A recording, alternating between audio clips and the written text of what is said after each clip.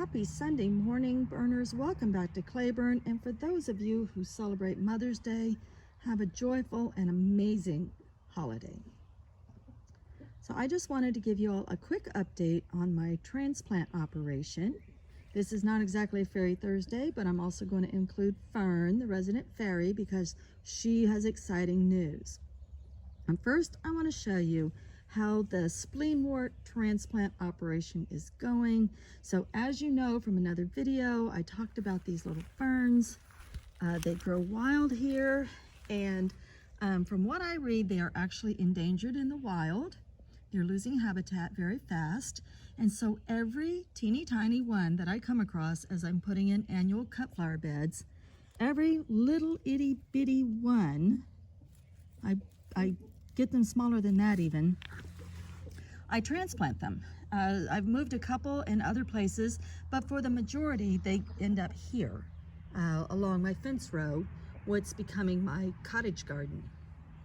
Okay, so they start all the way over there. I don't have a count of how many I've transplanted, but I would say it's at least, I'd say we're coming up on 30, if not maybe 35. So that's a lot of these rare little ferns. Now I call them rare because that's what I read in an article, that they're becoming rare in the wild. So again, they are an ebony spleenwort fern. And they reproduce by dropping spores when they have favorable conditions, and the mother will drop spores, and then they get little itty bitty babies around the bottom. But of course here, they all get mowed down out there by the county, and I've tried to save as many as I can from my own property and just move them here under the care of Fern, our resident fairy over here. So my big hat is making a shadow. I do apologize, but I do try to stay out of the sun. Anyway, so Fern, I don't know, you probably don't remember, Fern had a little yellow dress on. It was all glittery, and Fern had broken arms. She had no arms and she had no feet.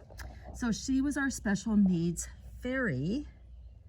Anyway, Fern got, all the other fairies got together and they decided to help Fern pay for prosthetics.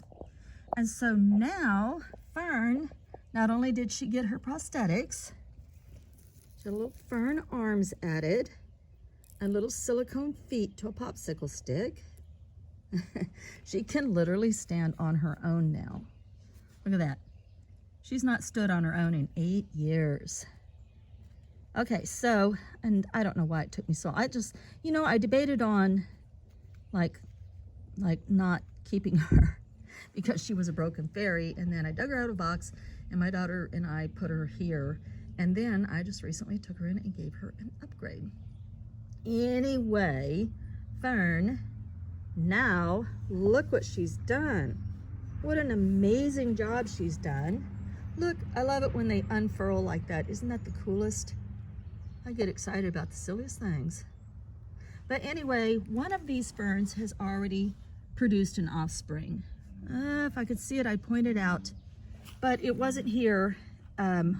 It wasn't one that I transplanted, and it's growing right underneath another fern. And so they're already producing, oh, here it is. It's right here. Look, I didn't plant that one. That's an offspring of this colony. So this colony is being established here, which is so cool. Those are Fern's little helpers over there, those girls, little fern girls. Anyway, the spleenworts are doing amazingly well. I'm still finding them. I'm still moving them. Every time I move them, their roots are very shallow, and I dig them up and run them down here before they have a chance to dry out. And we plant them down here in the part shade, and they're just doing amazingly well. They share the space with a few little mushrooms that pop up here and there because it is a moist, shady area, and because that's the way Fern likes it. All right, guys, I'm gonna let you go. I hope you have an amazing Mother's Day, like I said, if you do celebrate. Otherwise, I hope you have a fantastic Sunday and a beautiful next week. Until we talk again on Fairy Thursday, love and light, many blessings.